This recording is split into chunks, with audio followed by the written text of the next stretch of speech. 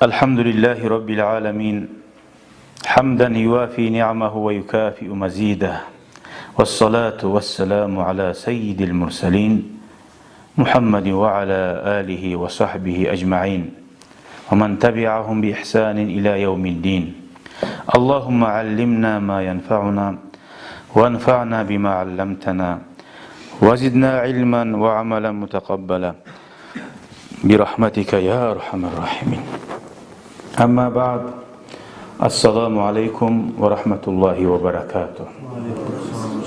Hoş geldiniz ayağlı din kardeşlerim, tınlagallar ve bari de karagallar. Allahu Teala ya Allah, bugün 30. iyun ayda 2025 yıl Cilgen Majlisi biz Allah için olsun ya Allah. Barakatli olsun, Allah kabul etsin. Eşitken hadisler bulan amal etmeye Allahu Teala bize tevfik versin, nasip etsin. Geldik Peygamberimiz aleyhissalatu vesselam'ın hadislerini okuyturup Allah'a harmakta var olsun. 1129. hadisga. Bu hadisler geçken sohbat eskergen neyimik borç namazlarını meclislerde kılıyız. Boğanca kasetiyiz. Uylarınızda da sünnet namazlara pay koyuyuz deyip sünnet namazlarını uyda kılmakka çakıra. Ve şunu manasından sebebinden anlayacak biz inşallah. Neçik uyda da barakat bolsun için. Şu uyda her bir etileyen yaxşı zatlar bular ki mavlid etse de, zikretse de, şöyle ciyilip Allah için bir dinli masalasını uyunna şöyle alimlerini ciyip, dinçilerini ciyip uyuna ciymak neçik barakatlikelin şu hadislerden anlayacak. Uylar yalnız oturup televizyona karab aşağı yuklap duran yer tugul. Uylarda da şöyle barakatlı ciyma tarık. 1129. hadis. An Zeyd bin Sabit radıyallahu anhu ennen Nebiye sallallahu aleyhi ve sellem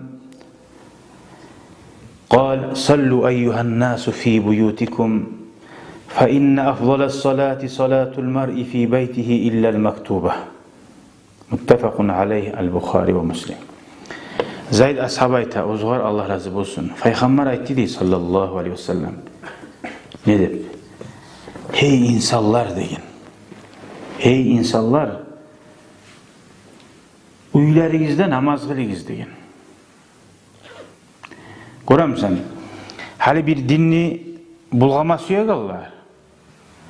Dinni şu bir yerin alıp, bir yerin yaşırıp koy. Hali Instagram'da, internette bilmeysen şu hadisinin salla okuyu mu, yartısını okuyu mu? Hali şu hadiske kadar, hey insanlar, namazlarını uylarınızda kılınız dedi.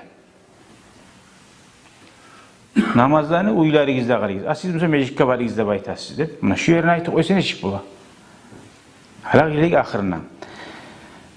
فَاِنَّ أَفْضَلَ الصَّلَاةِ صَلَاتُ الْمَرْءِ ف۪ي بَيْتِهِ Bundayken Peygamber aleyhisselam labda namazların en asilisi adam özünü uyununa kılagan namaz deyin. Tek illel maktuba borç namaz tuğlası deyin.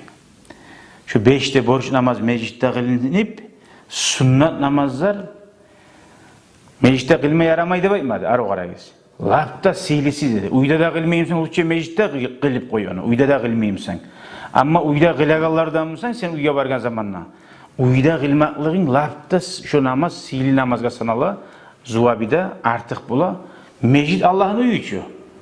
Mecid Allah'ın uyumusa da borç namaz kılınmak sili diyor onunla. 27 kere artıkça. Sünnet namaz uyda sili. Nege tuğlese barizde anlayışı şunu. Sen uyda kılagan zamanla birinciyle uyga bargan yok. Stolda kuynaga gitsen çay çatırıp bola gelirler yaşlar. Ula koşu alma suyasan. Durçu. Uyga bargan zamanla tayanma suyup kolasan. Meclitte kub adamına göre adamlarda göre şunu kılmaya geçsin ne ayet gözemelik katartı koyup da bu. Allah sağlasın. Ne bolsa da meclitte seni bana erişen adam yok. Erişegen zat diyor. Başka seni aldatma bolgan. Nige barda halkıyla sana yengil o yerde kılmak. Nafsin toyuz erişeden zat degeni nafsin erişmeyi. Rahat. Halk bulan gorgan kara gününe bayramda beşikeniz. Libo izat halkman bir şey etilegenizat, rahat bul adamga. O sali senin uyda kılgan namazın artık bulmakının sebep berinden buna şu birisi. Allah uçulluğun ve gözemellikten arek. Gözemellikten her etegen zaten arek bulgan çağı şu zuhabida artık bula. Ve uyyada barakatta uyyada toguladıysan uyda namaz kılgan çağı zaman. Velhamdülillahi Rabbil alemin.